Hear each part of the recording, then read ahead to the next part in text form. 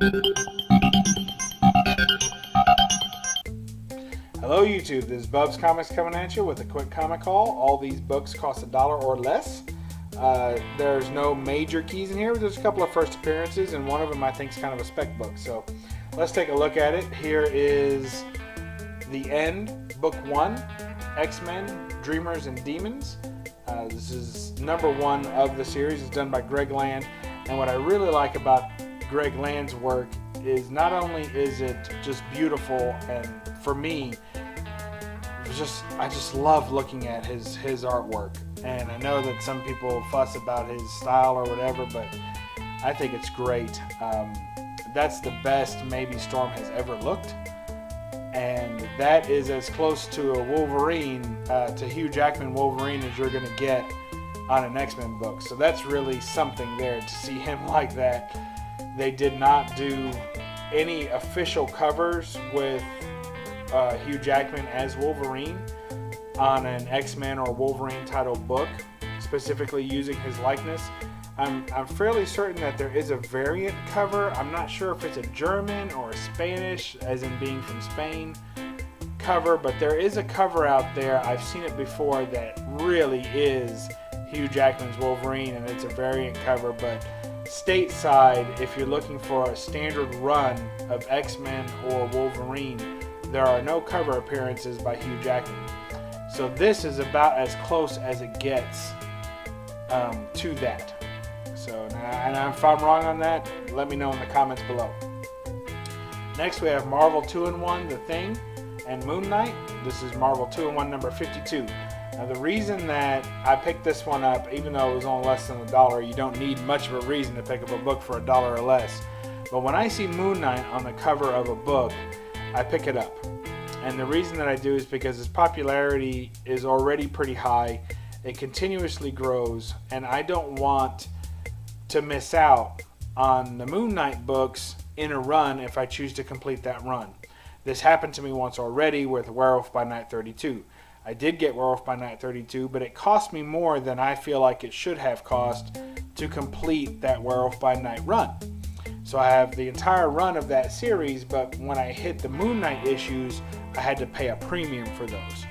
So if I ever want to collect Marvel 2-in-1, the run of Marvel 2-in-1, I feel like the Moon Knight covers, along with some others, are going to be more difficult to collect. So when I see those in the $1 bin or anything less than $1, I scoop them up.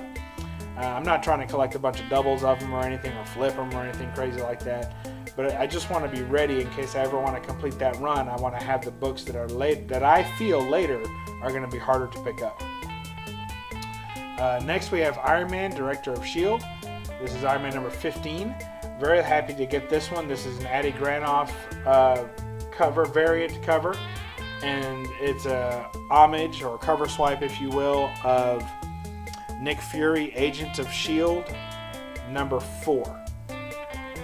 A great book in its own right. Actually had a little pickup on that. It should be coming here soon, so you'll see that in a future haul. I love this cover. I love there's lots of homages to that Steranko, that Jim Steranko number 4 with Nick Fury, Agent of S.H.I.E.L.D. There's lots of them. I have the Wolverine one that came in that volume, and this Iron Man one I think is the best. Next we have Spiderman Work in Progress. This is a promotional, comic, if you will. It's not really a comic, it's more like a news magazine. He kind of narrates through it, and it's about the Spider-Man animated series that came out in the 90s. And it even comes complete with an animation cell from that series, and that looks fantastic. I absolutely love that. That's beautiful. There are others that are in this same, I guess, collection, if you will. This group is the same comic or whatever, promotional item, but they have different animation cells. So if you're buying them online or through eBay, just because you see one of these, you have to look for what the animation cell is, because there's several of them available. Some really cool ones too. Some have like Venom on them and stuff. So I might be on the hunt to pick up a few more of these and see if I can snag them. They go for about 10 bucks usually with the animation cell. Less if it's missing the animation cell, of course. And every now and then you see the cell sold by itself and somebody doesn't know what it is or what it belonged to. Next we have Batgirl number 2. This is in the new 52 run. Nice Adam Hughes cover. Anytime I see Adam Hughes for $1 or less, I usually pick it up. I have to say I passed on a couple this time because there's good Adam Hughes and then there's just some Adam Hughes. And I try and only pick up the good stuff. You find out while you're collecting artists like I do, you are targeting specific artists, and just because you find something of theirs doesn't make it gold. Some people are true completists in that they want to have everything that the person ever did. Well, the likelihood is you're never going to have that.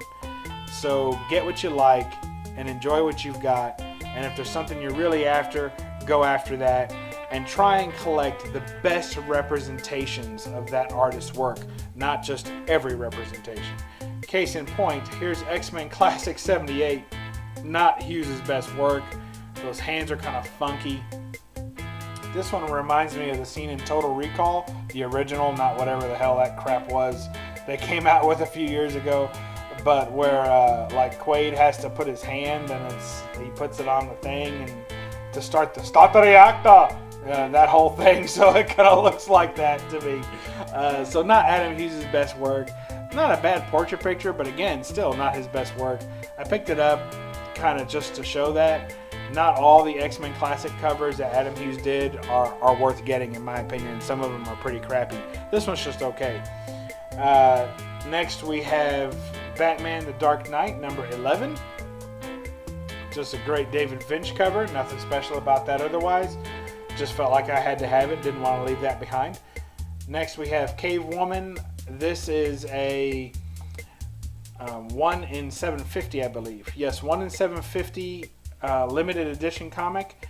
And it is a Cave Woman Reloaded number 4. So this tells the original Cave Woman story in new format. And it has a couple of little things to it, like a letter from Bud Root and some cool stuff in there. So I'm very happy to have that and to pick it up for less than $1. Anything that kind of low print run probably should pick up for less than $1. Next we have Uncanny XMen 505, a great Terry Dodson cover. I picked it up purely because of Emma Frost on the cover, and also it's in the X-Men run. I'm not trying to pick up all these latter X-Men books necessarily, but if it's a good Greg Land cover or Terry Dodson's got some good work on this run, then it's kind of hard to pass up.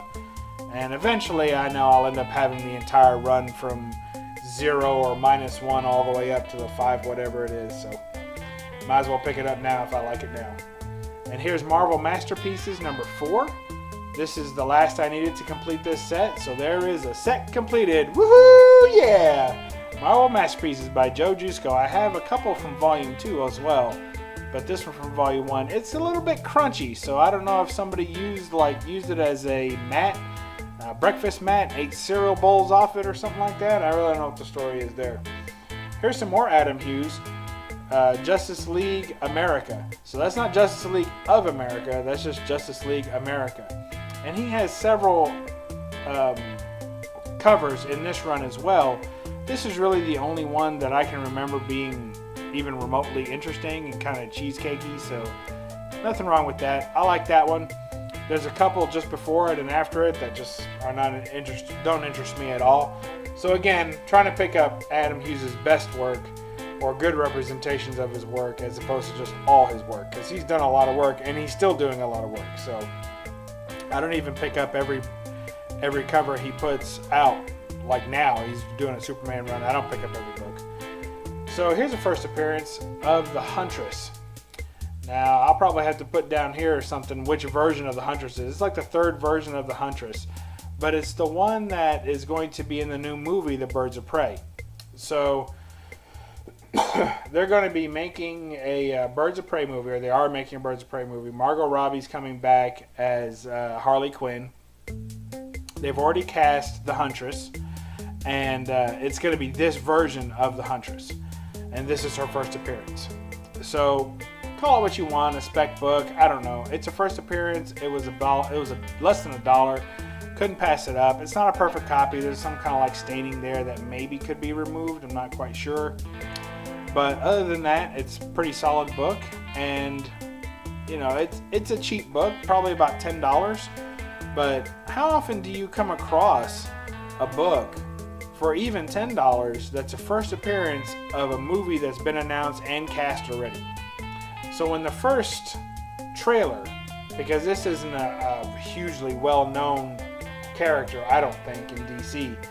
So when this character comes out in the movie, in the first trailer, and people are like, whoa, if they do it well, people are like, well, who's that? Who's that? Well, then they're going to be looking towards this book. So good luck getting that. Like I said, $10 or so right now, but I think over the course of the next year, it'll probably raise up to maybe a whole $20. So there you go. That's it for me for this time around. Just thought I'd show off a couple of the cheaper books that I pick up. I'm not picking up a lot of these books very often anymore. I've kind of switched only to major keys, and I've actually sold some books like this recently. But there's certain things that I just still like, and it's good art. You know, if I can pick up Jusko, Adam Hughes, Greg Land, Bud Root, you know, some of these people are my favorite artists, and if I can pick them up for less than $1 or even $1, I'm gonna do it. And then promotional items like that for $1, heck yeah, man. And almost everything on here is, if you tried to buy it on eBay or any other way, it's cost more than $1. So it's definitely a good investment towards my collection, and I like seeing these things when I go through the collection. I like seeing little non-key major, you know, books, but first appearances. I like seeing, you know, lesser known art by some of today's more modern and successful artists. You know, I like seeing stuff like that. So that's what my collection looks like. Happy to have these added to it, and I hope you all enjoy the little journey that I'm on. So if you like this, watch another video, like it, give it a thumbs up, subscribe, all that good stuff. And most importantly, when you get done watching all these videos, read a comic. Thanks. Bye.